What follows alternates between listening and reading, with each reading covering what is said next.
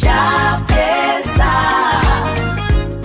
Habari mwanamichezo mwenzangu wa Chapesa Media, kwa mara nyingine tena tunakutana katika viunga vyetu hivi vya burudani na michezo. Kama ilivyo ada yangu, ukiona nimeshika kipaza hiki kikitonge, naleta kwa mzee wangu mwamba, mzee Side Mnyamwezi, mwana Simba mkeleketo, mwanachama wa Simba, pia ni shabiki kindaki wa Simba Sports Club. Sasa hivi kidogo pumzi na pressure imepungua kidogo, kwa sababu kilichofanyika kule New Amani Complex kidogo mambo ni mazuri. Tunaanza na engo yetu ya michezo kuhusiana jana uongozi wa Simba kutangaza viingilio vya mechi inayofuata siku ya kesho Jumapili kati ya Yanga dhidi ya Simba. Vimetesha tangazwa na mengine mengi, tunataka kidogo tuanze kuchambua na mzee wangu. Hususan nazidi kukushauri wewe ambao bado hujasubscribe, share, like na comment. Pia tunapatikana social media zote, TikTok, Instagram, Facebook. Andika tu pale Chapesa Media, utaiona content. Toa maoni yako, toa ushauri wako. Niko na mzee wangu. Mzee, habari bwana? Salama. Kwa mashehe wangu. Namshukuru Mwenyezi Mungu. Shikamoo. Marhaba. Mambo yanasemaje? Bwana nipo. Mambo yanaenda. Mambo yanaenda. Majukumu ya kiserikali. Majukumu ya kiserikali kama hivi ushatoka. Tunakutana na huku nako tunagonga 2-3. Ndio. Afu naenda kupumzika kwa mamwishe. Ndio. Naenda kupumzika kwa mamwishe. Kuna nyimbo inasema choko mchokoe pweza mie niache. Choko mchokoe pweza mie niache. Taarabu hiyo babu. Mbona tunapita pita kote? Choko mchokoe pweza? Ya juzi tu mdogo wangu. Kumbe hoja hisi. Ya juzi tu. Mchokoe pweza. Binadamu muwezi. Zileta motoli weza. Kumbe upo kwa mama Mwishe hiyo. Hatari hiyo.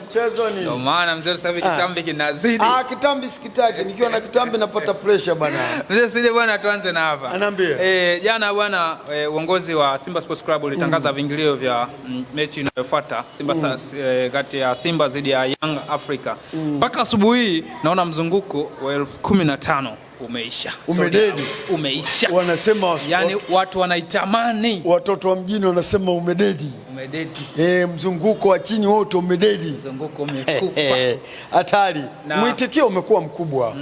Kutokana na matokeo ya Simba.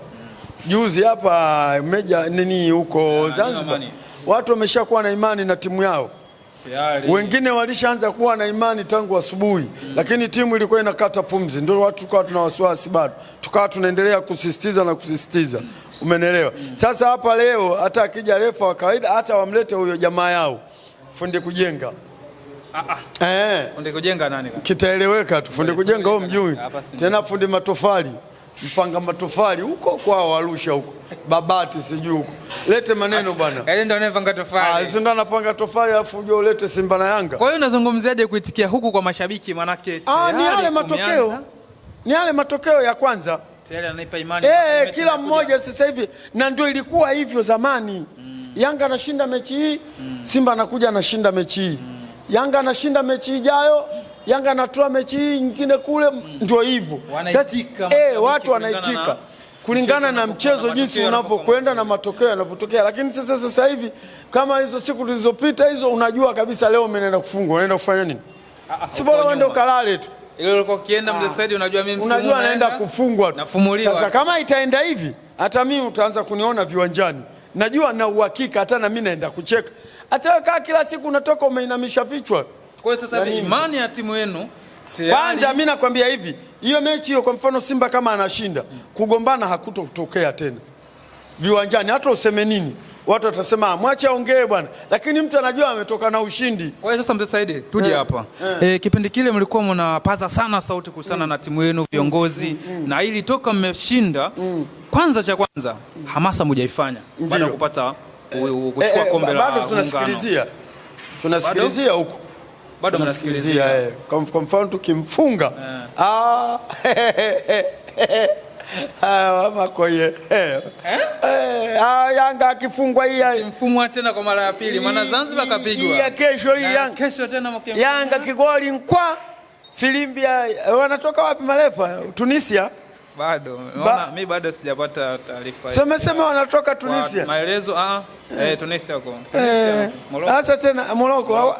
Tena hawaji. Tetesi nilisikia Morocco. Kwa hiyo sina uhakika bado kwa sababu haijawa official. Bado mimi official bado sijaiva. Sasa kesho kinawaka hawajafika bado. Waende wakakague tumefungwa. Nategemea. Tumefungwa. Nategemea. Yani refa kama hamna wa kutoka nje au wa ndani. Kwa nini msasa ngoja? Wewe kwa nini uamini marefa? Mimi hakuna taarifa naye muamini mdogo wangu. Wala sikufichi. Haki ya Mungu tena. Unaona vifunalo vipi yani mimi marefa wa Tanzania, mimi nikwambie tu ule kweli. Marefa wa Tanzania kama hamna uwezo na fitina, nyie mnafungwa. Lakini unajua waziri mwenyewe jana na mheshimiwa Paul Makonda waziri wa michezo hakufurahi na muamuzi wakati kutoka nje kwa sababu sisi wenyewe tuna waamuzi. Kwa nini iwe hivi? Yeye anatetea tasnia yake. Wewe unataka Makonda aseme sawa? Kesho anamkuta kwenye kiti kile hayupo. Wewe yule ana akili. Anasema kaka yule hawezi kusema ndio kwa sababu ile ni tasnia yake na ndio anayeiongoza. Sasa akwambie mimi nakubali na mimi nalibariki. Kaka kesho umkuti pale kwenye kile kiti. Kumbe wewe unatuletea watu wabovu kwenye michezo. Yeye mwenyewe anaondoka yule. Alichokijibu yuko sahihi. Hajapendezewa kutoka hajapendezewa. Na hata mimi nikwambie ukweli, hata mimi sipendezewi kwa sababu tunazidi kushusha tasnia yetu ya marefari. Lakini inabidi iwe hivyo kwa sababu ya kuokoa nafsi zetu. Inabidi iwe hivyo kwa kuokoa nafsi zetu. Sisi tumeshafungwa sana, tumechoka. Na yule kocha na refa aliyotoka Misri ilikuwaje? Ile si tulifungwa? Ile tulifungwa. Ile ilikuwa ni kiasi. Ile halali tulizidiwa. Tulizidiwa. Tumepigwa goli la kwanza ngoja. Hiyo ulionikumbusha marefari kutoka Misri. Goli la kwanza ilikuwa penalti, kweli Spider alimgonga Pakome. Nani goli la pili lilikuwa la move, tumefungwa kwa sababu tumezidiwa. Hilo wala halina shida. Lakini kweli je, hawa marefa wetu wanaweza wakachezesha kama hawa? Lakini hii ni salamu kwa marefari, wajitahidi kuchezesha kama marefari wanaokuja kuchezesha watu wa nje. Hii ni kupima uwezo wao. Sasa wao na chama chao ndio kinatakiwa wao sasa wajitafakari. Kwa nini tunaletewa mwanamke mwingine nyumbani kwangu? Yaani sasa mke unaenda kumuongezea mke wa pili. Huyu mke mkubwa anatakiwa ajitafakari. Kwa nini nimeongezewa mwenzangu? Kipi kinachopungua? Nimetolea mfano tu. Kanizidi wapi? Kanizidi wapi? Au yeye anajiuliza nimezidiwa wapi? Kwa hiyo na marefari wanatakiwa wajiulize tunanizidiwa wapi? Yaani mnachozidiwa. Juzi nilikuwa naangalia, tena umenikumbusha. Juzi nilikuwa naangalia kwenye mtandao. Nimemwona yule jamaa bigi yule alionunuliwa na mifuko ya ngano. Anasema wala hata usiogope. Mimi yule mtoto ni mtani wangu tena ninamuweza. Na ndio maana namwambia kwa kwamba alinunuliwa na mifuko ya ngano. Iko hivi, aliongea hili na mimi nalitizama kwa mapana marefu. Kuwa Simba na Yanga mnaagiza marefari kutoka nje. Kwa kuogopa kuhujumiwa na marefari. Je, hizi timu mbili zinapocheza na hizi timu ndogo inakuwaje? Na sisi tuagize. Swali la msingi hilo. Na ni swali la maana. Kuwa au hoja yake ya maana. Hoja yake ni ya msingi. Sahihi kabisa. Na nilimuona na nafikiri nilikwambia bwana, hivi sasa hivi Simba na Yanga tunakoelekea wanaleta marefari kutoka nje. Na chama cha mpira kinakubali. Wizara inakubali, serikali inakubali kwa kwamba watu watoke nje. Si ndio maana yake? Waje wachezeshe dabi. Mimi nakubali, lakini baadaye italeta shida.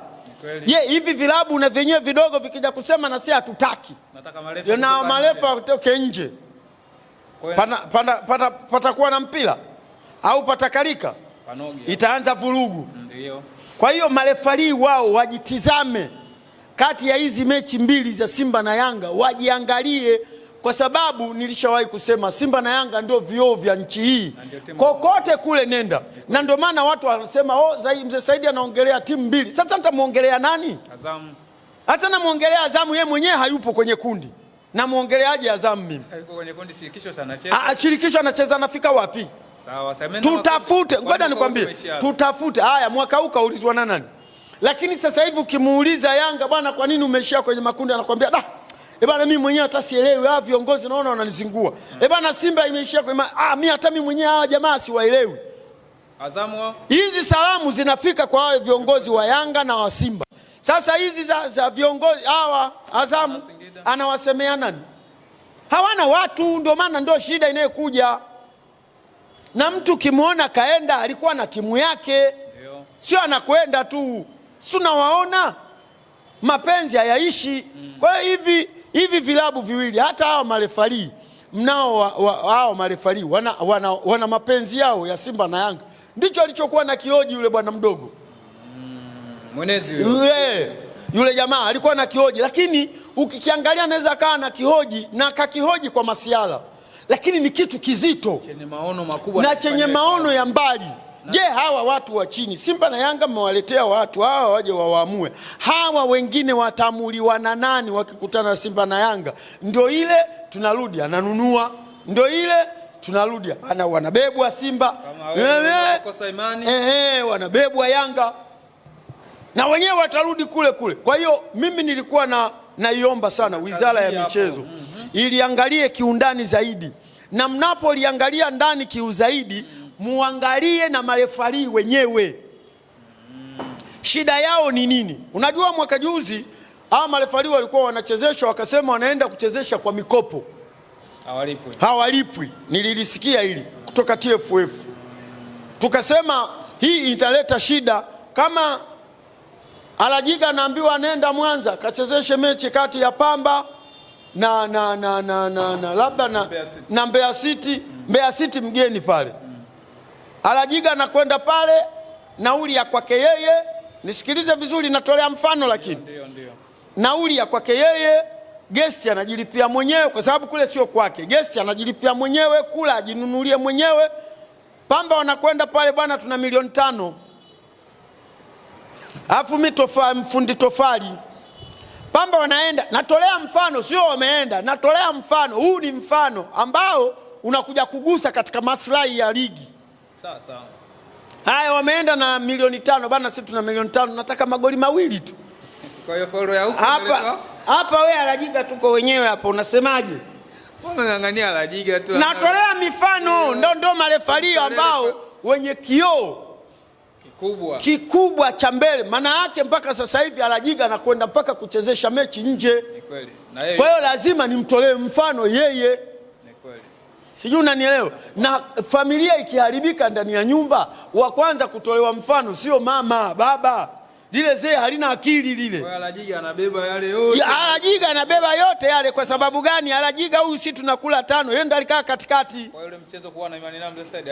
Kia Mungu, ule mchezo ule mimi sina imani naye ule. Mbona magoli yote ya movie? Na magoli ya move wapi? Move kabisa. Wewe nenda bwana wewe. Mimi Alajiga nilimuuliza, wewe umeona tumefungwa goli la 4 tayari afu unatoa penalty. Wewe Mzee Said mimi ningefanyaje? Ungefanyaje? Si unapepesa macho? Aliwaachia ile pale ya Mudathir leo. Kapombe aenda kakamata mguu wa Mudathir. Sasa kwa nini kama ndio hivyo asiziachie nyingine akabalance mechi? Wewe unashindwa kubalance mechi, unaona watu washapewa mzigo mkubwa afu bado unaongeza. Kwa hiyo ndugu yangu, tukubaliane tukatae. Hili litatuletea shida kwa marefa. Haiwezekani mzilete kwa Simba na Yanga marefa wa ndani ya muamini. Je, na hao wanaoenda kucheza Azam Singida, TRA, sijui Fountain Gate wanasaidiwa na nani kuleta marefali na wenyewe ili kusudi wapate haki yao kwa hawa vigogo wawili? Au pengine inakuwa ni ukubwa wa dabi. Ukubwa wa dabi wapi? Sababu ukubwa wa dabi ndio. Mpira hauna ukubwa wa dabi shekhe. Kama Zamaleki na Ahali. Zamaleki na Ahali walichokileta wale mabwana, mimi nikwambie tu ule kweli, wa Misri ni wakorofi. Tabia za Misri na sisi vitu viwili tofauti. Ni kweli. Wale Waarabu kwao vita ni kitu cha kawaida shekhe. Fujo ni kitu cha kawaida, na ndio maana niliwahi kusema hivi, Simba na Yanga hazina bajeti ya faini ya kusema kwa kwamba wa mashabiki wamefanya fujo tunaenda kulipa chapu, tunaanza kuchangishana maana kwenye goti collection mara wapi. Mzee Said tuje na hiyo. Wale wenzenu wana bajeti kabisa wanaweka. Nyinyi hamna hiyo bajeti. Kwa hiyo mnaingia hata kama mnanyanyaswa mnatulia tu. Lakini wale wanyanyase, wewe wala khamisi wala wanjali, Allahu Akbar. Ukisikia Mwarabu kakwambia Allahu Akbar, kaa pembeni. Kaisha mtaja Mungu wake, Allahu Akbar, kaja. Tena anajambia, anajiwe hujui. Watu swalisha alichokuwa nacho ndo anakifanyia kazi. Mzee Said bwana, tuje kwa hili. Wachambuzi wengi wanazungumzia sasa hivi wachezaji wanatakiwa kwanza wapime Maana hizi spidi za maneno yanaanza zilizokuwepo sio spidi za kawaida. Watu umri waliokuwa nao wanapiga 120. Hawana muongelea chama na uwezo. Sasa bwana, wewe sikiliza nikwambie. Mimi nitakurudisha nyuma. Si ukumbuki mwaka, ila nawakumbuka wale wachezaji. Alichukuliwa Mwakingwe na nani sijui. Ligi ya mabingwa Dar es Salaam hapo. Shamba la bibi. Pigwa mbungi ya maana. So, tena sio shamba la bibi, sijui hapa. Kama sikoseni kwa shamba la bibi au ila nimepoteza kumbukumbu. Ila nakumbuka kuna wachezaji wawili, mwenye kumbukumbu atanisaidia. Sisi tena ile mechi nilikuwa nasikiliza kwenye redio, anasema wachezaji wawili wa Simba wazuiliwa uwanjani. Kwa nini? Kwa nini? Walikuwa na spidi kali, wanatakiwa wakojoe, mkojo wao uende ukapimwe maabara. Babu, walipelekwa kweli vyumbani kwenda kukojoa wale wachezaji wa Simba. Kwenda kupima usiku saa 2, majibu yanatoka. Wale watu walikuwa wanatumia energy ya kwao wenyewe, nguvu zao, hawana viashirio vyovyote. Hii nguvu ya kwake ile Chama. Na nikwambie, Chama akiamua kujitoa kwa ajili ya Simba anajitoa. Ile Chama alijitoa. Watu wanalalamika, ngoja niibebe timu, na kaibeba kweli. Umenielewa? Kwa hiyo yale kachemka. Pacome hakuchemka refu, kocha ndio aliyochemka. Hesabu. Zile hesabu zake wenyewe wameshaanza kumdikasi. Lakini sasa ndio hayo, umeniwahi kwa mbele kurukia gari. Lakini nataka nikwambie ukweli. Umeona wenzetu wamefungwa, hamna kelele. Yanga bwana, wala hamna mtu aliyemnyoshia kidole mwenzie. Hiyo nayo ni kitu ambacho natakiwa tukidiscuss kwanza kiundani. Nakwambia hakuna hata mtu aliyemnyoshia Engineer Hersi wala Edmundi wala kocha. Wamekaa kimya, wanatafakari mechi ya kesho. Lakini ingekuwa sisi, yule msaliti fulani kashindwa, fulani hataki, fulani kaharibu, fulani kapeleka huku, vilienda vikakanyagana, vikagonga. Lakini wao wametulia, wanadiscuss na hakuna mtu yoyote aliyewatoa nje. Sijasikia Mzee Said wala kiongozi kusema wala mchezaji. Edmundi yeye katulia. Sasa mimi ndo nasema hivi, nawauliza watu wa Simba, nyinyi mnaweza? Je, kwa mfano kesho tukafungwa, tutaacha kunyosheana vidole? Pale mnapokuja kufungwa, kwa sababu mechi za nyuma tusianze kulaumiana. Tumepoteza bad luck, tupige makofi. Mwaka jana niliwauliza hivyo wana Simba wenzio, niliwauliza hivi, nikawaambia hivi, jamani, timu yetu imekuwa iko tayari, lakini tunakwenda kukutana na mtu ambaye anatusumbua siku zote na ni mtani wetu. Je, tukifungwa tutatulia?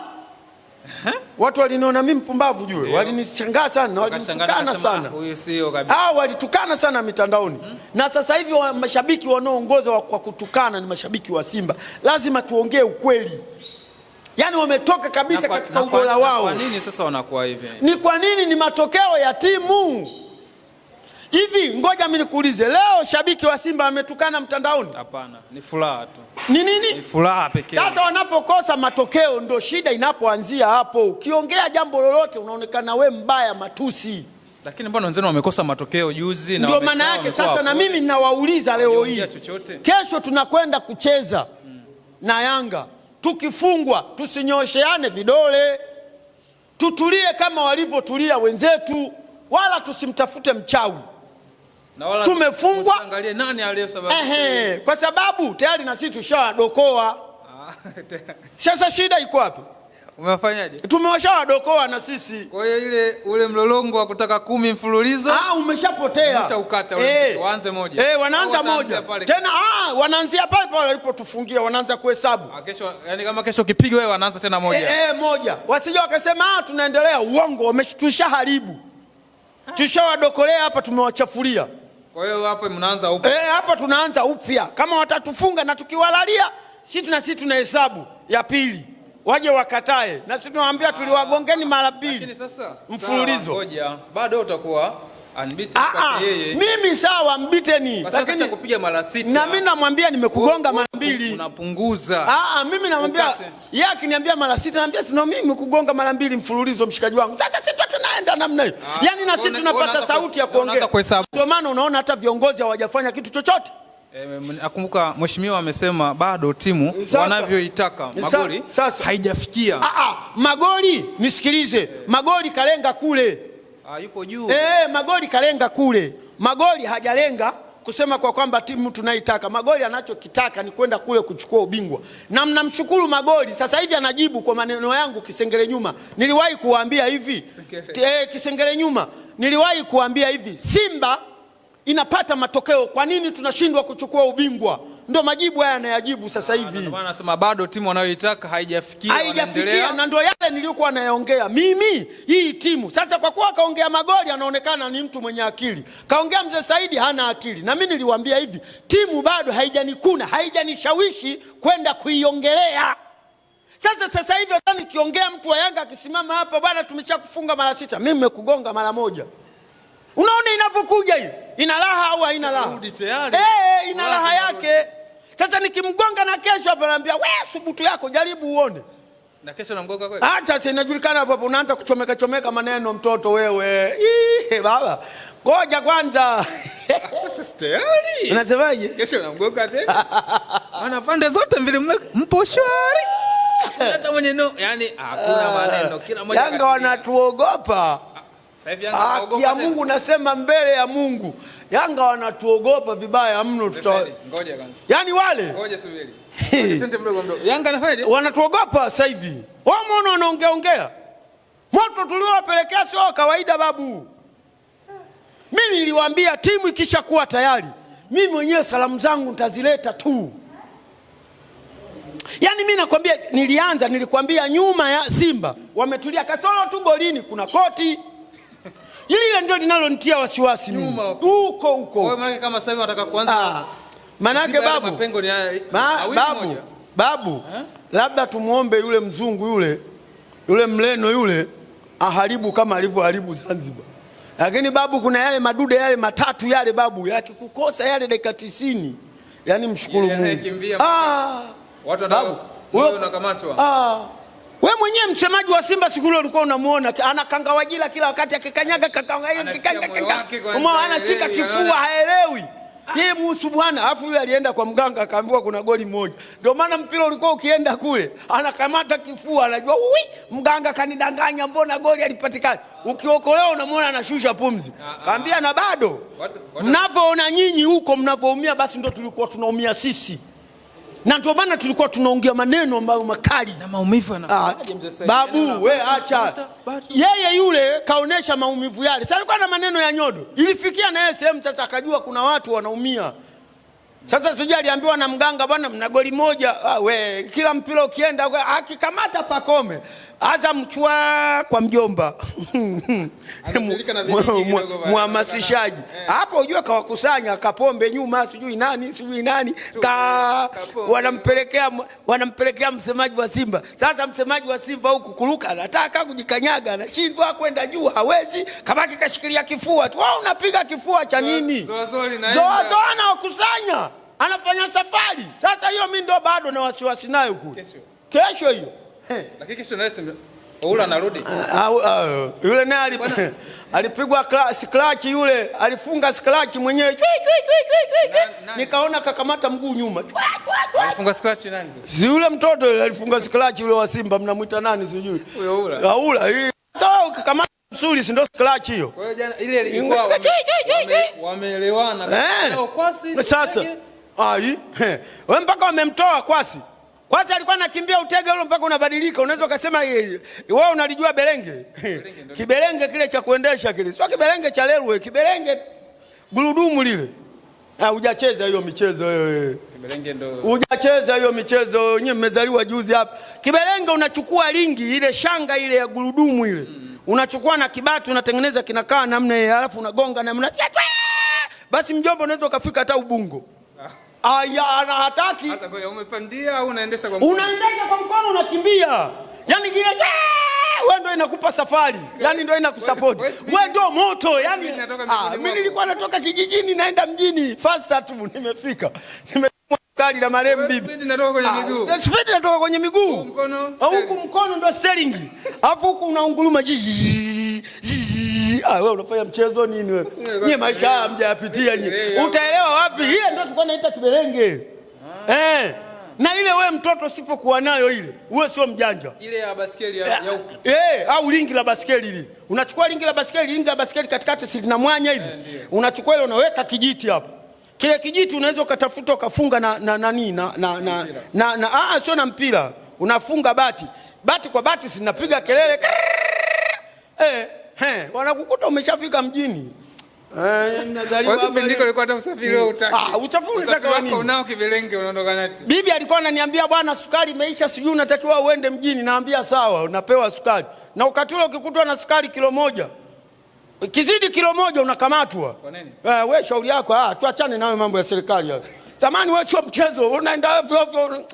Zamani unapanga foleni ndio unaenda kuchukua uponi. Uponi unaujua wewe? Wewe unaongea uponi unaujua? Utaujua wapi? Au buruga? Unaona sasa buruga kuna chakula kimoja kinatoka Ulaya kinaitwa buruga. Haki ya Mungu na mtume vile. Buruga kabisa, yani kinatengenezwa kile kinapikwa inakuwa kama uji hivi. Afu wanatia na maziwa. Mnagombana. Buruga hiyo. Wenyewe wa zamani kama mimi wanajua. Ngoja tu kwenye nani watakwambia bwana iko chakula tumekula. Bwana kesho wale waliotoka kama yule bwana Ansett Oula. Nakumbuka kabla mchezo alitolewa kipindi cha kwanza. Ndio huyo scratch likamatwa. Na Kibabage pia wanasema walimtoa kama vile alikuwa anaona ana injury, lakini hizo safu zote nazokuelekeza zimeshapona. Chuma zimelewa. Sasa ndio watasema vizuri. Na maji ya zambarau yapo. Tunagonga maji ya zambarau. Unagonga maji ya zambarau. Na wenyewe watakuja na maji ya zambarau. Wanatakiwa wapimwe kwanza wachezaji sasa hivi. Hakuna cha kupimwa babu, moto tu. Mchezaji wa Tanzania anakunywa maji peli. Ligi yenyewe iko wapi kaka? Ngoza kwa nani ana miaka mingapi? Nani? Chama. Si sana 32. Sasa 64. 34 haya. Sasa anashindwa nini kucheza? Na wakati alikuwa kazungurukwa na watu. Bwana nisikilize. Chama alikuwa kazungurukwa na watu. Chama hata kipindi kile anakuja Chama alikuwa na watu.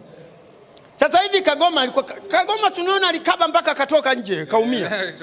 Sasa alikaba kweli walichoka, ile ni kuchoka mpaka scratch zinakamata. Kwani unafikiri kwa sababu gani?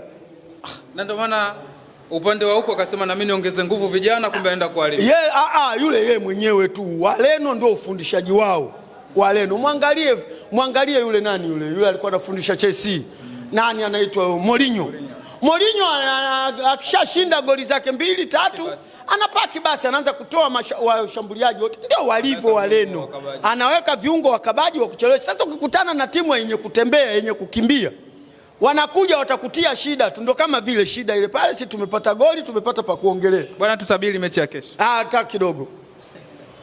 Unataka kunitia kizangatanga mimi watu wa Simba waanze kunilaumu mzee alijuaje yule. Unaona sisi tumeshinda mechi ya Zanzibar, tumekuja huku tumefungwa. Yule mzee alijuaje? Itajulikana hapo. Mimi lakini matokeo ninayo. Ila sisemi haka ninayo matokeo. Bwana nikazia. Sio na kukazia. Wewe unataka mimi nichechee tena? Wewe siku ile si nilisema mimi bwana Simba tunafungwa. Hii kufungwa kweli watu yule mzee alijuaje? Ndio wasaliti wenyewe. Sisi tena wasaliti, mimi tena msaliti. Mimi nimeona mapema kama tunapigwa. Basi hata kunitetea. Nikutetee nini? Mimi. Siri Amina wewe tu. Mimi si nimeshacheka. Amna wewe utajulikana hapo. Dakika 90 kesho ndio zitaamua. Uwanja unadai. Uwanja unadai, Simba wanataka. Simba wanaitaka mechi. Watatii. Watatii. Mara kigoli ngwenda kila mmoja na njia yake. Afu mbali kule mwanangu. Kule mtoke mnakuja kufanyia fujo mbele ya safari. Kufanyeni fujo muone kule. Na mwanajeshi mmoja nakaa naye kule. Ananiambia mzee Saidi, kaitika damu. Mmekuja wenyewe kule. Sitaki fujo, tawatandika kule. Nikamwambia taratibuni wazee jamani. Sasa fujo ya nini? Nyie mkifungwa mtaki kukubali. Mtaki mambo mengi kule. Nikamwambia wewe Yanga wewe. Hamna mzee Saidi, mimi Simba. Nikamwambia wewe mzee analenga. Nikajua wewe mzee analenga wewe. Na hatutaki kweli kupungwa. Bwana mimi sina la ziada mzee Saidi. Lengo tulikuwa tunataka tutoe maoni. Tuchambue kwanza kidogo. Mimi nawasisitiza watu wa Simba tukifungwa kesho tutulie. Tuangalie mbele. Kama hivi anavyosema magoli, mimi mimi kila siku nilikuwa nasema, na Magoli kaja akasema vile vile, ila Magoli kazunguka tu Kisengela nyuma. Nikakwambia hivi, hao waga wakifika mwisho wanachukua mawazo yangu alafu hawasemi, hawafuati mule, yeye anayatafsiri kwa mbele. Na mimi ndio nilikuwa naongea kwa kwamba Simba ikishakuwa tayari mimi nitasema, lakini ningesema mimi ningeonekana mimi msaliti. Kwa sasa gari limewaka. Gari limewaka, sikasema nani bado. Wewe gari limewaka. Mimi binafsi. Na mashabiki wenzao gari limewaka. Mimi binafsi. Yanga kwa mechi hii, Simba kwa mechi hizi mbili alizocheza akaperform vizuri. Iko vizuri. Na nimeshatoa ushauri. Kule golini natoa lile koti. Kwa yaka ya beli. Vyovyote vile. Kwenye mashindano mengine huku mbele huku tutafute mastreka. Umeona bwana, tutafute na namba 6. Sana kuletea magoli mazuri. Bwana huyo nilikuwa na mzee Saidi, hatuna la ziada. Kikubwa zaidi endelea kucomment, kushare na kulike. Pia tunapatikana social media zote, andika Facebook, TikTok na Instagram, andika Chapesa Media, utapata habari za burudani na michezo. Tukutane kesho mida ya saa 10 na imani Mbungi pale kati ya Simba Sports Club dhidi ya Yanga Africa, mwenyeji akiwa Simba anamkaribisha Yanga katika uwanja wake wa Meja Isamuyo, ikiwa nyuma Yanga amepoteza mchezo kwa kufungwa goli 1-0. Kombe limebebwa na Simba na goli kafungwa Yanga. Kwa hiyo Simba wanasema tumetoka na ushindi mara mbili. Ushindi wa kwanza tumekufunga na ushindi wa pili tumechukua ubingwa au tumechukua kombe la Muungano. Pia wengine wanasema kombe la Muungano ni kubwa kuliko NBC. Mimi na wewe tutasubiri maoni yako. Bye bye. Chapesa.